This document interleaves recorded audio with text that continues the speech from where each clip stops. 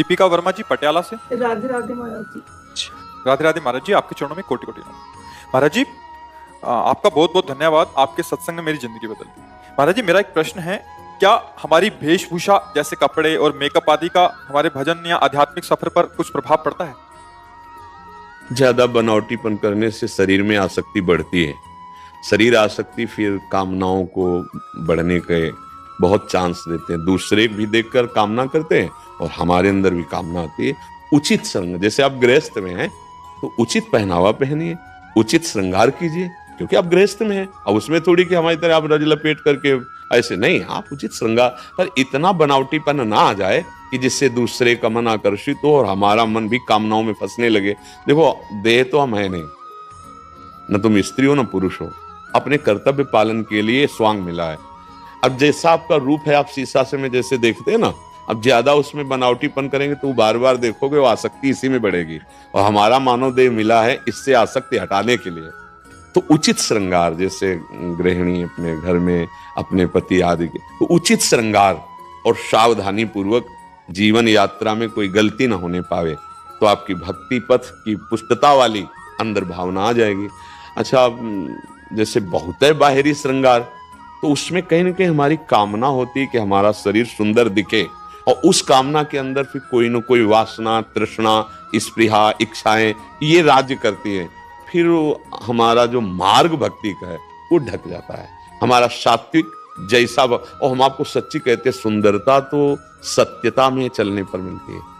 आप भजन करो और थोड़ा संयम से रहो, उचित, तो आपके चेहरे पर एक लावण्य आ जाएगा। मुख प्रसन्न तन तेज विराजा, कीनस रामचंद्र कर काजा।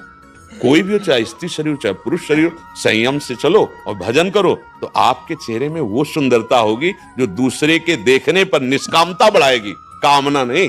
देखो ना, संत महात्मा जन जो भगवान में चित्त जोड़े हैं, कौन सा भैया श्रृंगार बाहरी होता है, पर एक दर्शन करने के लिए जाते हैं ना लोग, वयोवृद्ध हैं, कोई बाहरी रूप की बनावट नहीं, पर एक अलौकिक सुख मिलता है। उनके देखने से ऐसा लगता है मैं देखता ही रहूं, उनको देखने से ऐसा लगता है ये अपने हैं, उनके देखने से एक अजीब आह्लाद होता है, आनंद होता है। क्यों? क्योंकि वो सत्य मार्ग में चल रहे हैं, भगवत मार्ग में चल रहे हैं। मुझे लगता है जो भगवत मार्ग का पथिक है, चाहे स्त्री हो या पुरुष हो, सात्विक वेशभूषा में रहे, क्योंकि वेशभूषा का प्रभाव हमारे चित्त पर पड़ता है।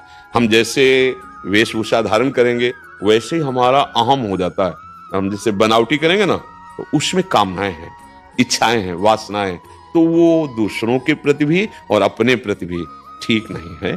सात्विक वेशभूषा, सात्विक श्रृंगार, आप देखो आपका जैसा स्वभाव, जैसा स्वरूप है वैसे बर्ताव करो। भगवान ने तो विधान बना ही दिया आपके सुख के लिए।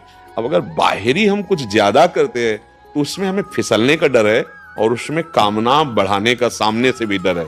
तो हमें संसार तो इसी में विचरण करता है। लेकिन आप भक्ति मार्ग में अध्यात्म से पूछ रहे, तो आपने भगवान को जो रूप पसंद आया वो दे दिया आपके कर्म के। अब उसी से हमारा ये स्वरूप थोड़ी है, इसका तो छोड़ना ही है, आज नहीं तो कल छूटेगा। और इसकी गति भी आप लोग जानते क्या हो नहीं।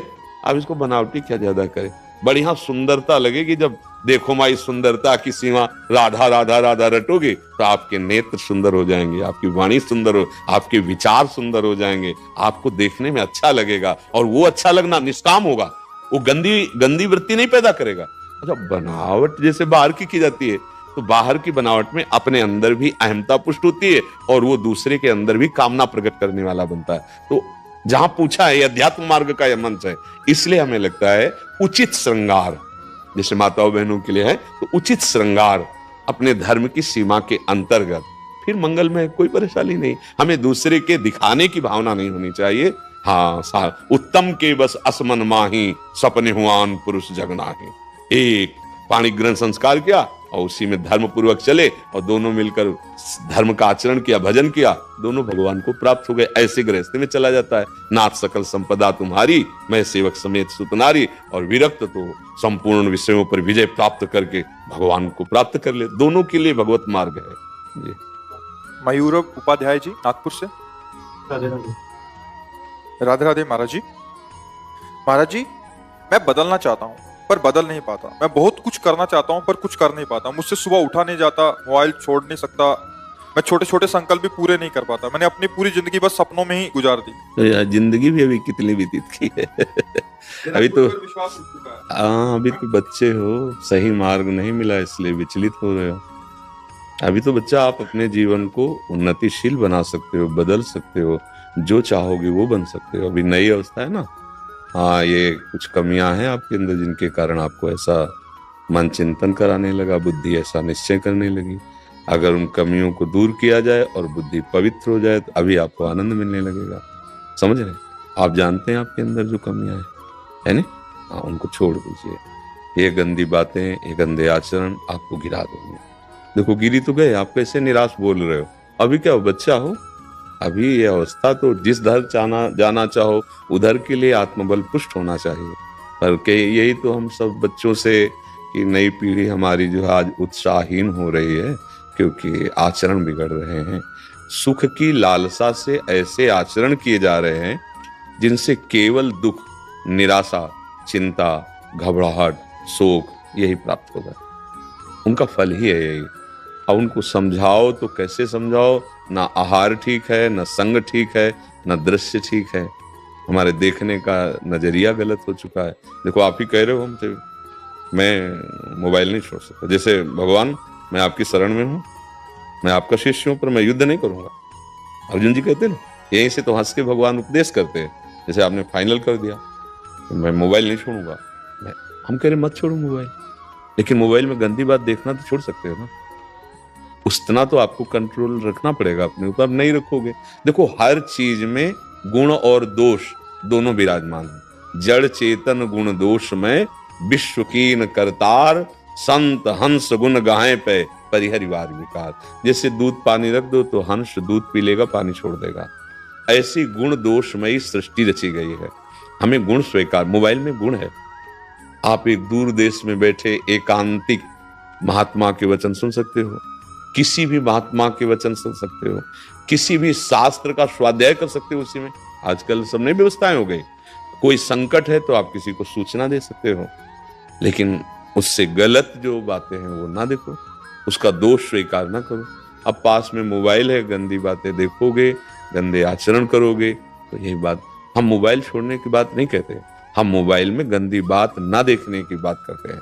वो तो छोड़ सकते हो ना, छोड़ सकते हो ना, तो देखो छोड़ करके। गंदी बात देखो मत, और जो गंदी बात करते हो करो मत। और राधा राधा राधा राधा, जिससे दवाई खाई जाती है, वैसे हम आपको कह रहे हैं राधा राधा राधा राधा। नाम जप करो, थोड़ा व्यायाम करो, सुबह सुबह 1-2 किलोमीटर दौड़ो। शरीर से जितनी मेहनत करोगे उतने ही तुम महान बनोगे। ये जो शरीर को प्रमाद और आलस्य में डालते हैं वो किसी काम के नहीं रह जाते हैं। ये शरीर मैं थोड़ी है कि इसको इतना दुलार करे, उचित दुलार करे, आहार दे दे, वस्त्र दे दे, और खूब इसको सत्कार्यों में लगावे। अभी आपकी बुद्धि पवित्र हो जाएगी, पाप नष्ट हो जाएंगे। थोड़ा सा भी परहित का कार्य तुम्हारे जीवन की राह को बदल सकता है। थोड़ा सा परहित कार्य, अभी तो परहित जाना ही नहीं, अभी तो केवल इंद्रियों के विलास को सुख माना और उसी में लग पड़े। ये अवस्था तो ऐसी नहीं है। इस अवस्था में तो हम अपनी ऐसी नींव रखते हैं जिससे हम राष्ट्र भक्त बने, हम मातृ पितृ भक्त बने, देव भक्त बने, भगवत भक्त बने, जगत का कल्याण करें, अपना कल्याण करें। अब ऐसे में तो बच्चा देखो, तुम निराश हो गए, नहीं हो गए निराश, ये अच्छी बात नहीं, निराशा अच्छी बात नहीं। अगर हमारी बात मान लो, हमारी प्रार्थना मान लो, तो जो तुम जानते हो कि गंदे आचरण है, जिनके रोकने में तुम असमर्थ हो, उनको रोकने में समर्थ है प्रभु का नाम। नाम बल है। जितने भी महात्मा काम क्रोध लोभ मोह मद मत्सर पर विजय प्राप्त की, नाम बल से प्राप्त की। हम जानते हैं नहीं करना चाहिए, फिर भी ऐसा लगता है जैसे कोई भूत हमारे ऊपर चढ़ गया हो, हमसे करवा लिया हो। वो वासना है, वासना का भूत है, वो नष्ट होगी उपासना से। और उपासना है नहीं तो फिर होगा क्या? हमारे अंदर ताकत है नहीं कि इधर कदम रख दे तो फिसलते चले जा रहे हैं। ताकत लाओ। हाँ, ब्रह्मचर्य ताकत है, नाम जप ताकत है, दूसरों की सेवा ताकत है, दूसरों का आशीर्वाद ताकत है। बड़े बुजुर्गों के जब चरणों में माथा रखते हैं, उनका हृदय प्रसन्न होता है, तो वहीं भगवान बैठे। कोई तड़प रहा है, भूखा प्यासा रोग से पशु, आप उसकी सेवा कर दो, उसके हृदय में भगवान बैठे, वो आशीर्वाद दे देंगे, आपका मंगल हो जाएगा। बात समझ रहे? देखो प्रयास करके नाम जप करो। पहली बात तो निराश होना मत। हम तुम्हें कह रहे हैं, हमारा मानव जीवन निराश होने के नहीं मिला।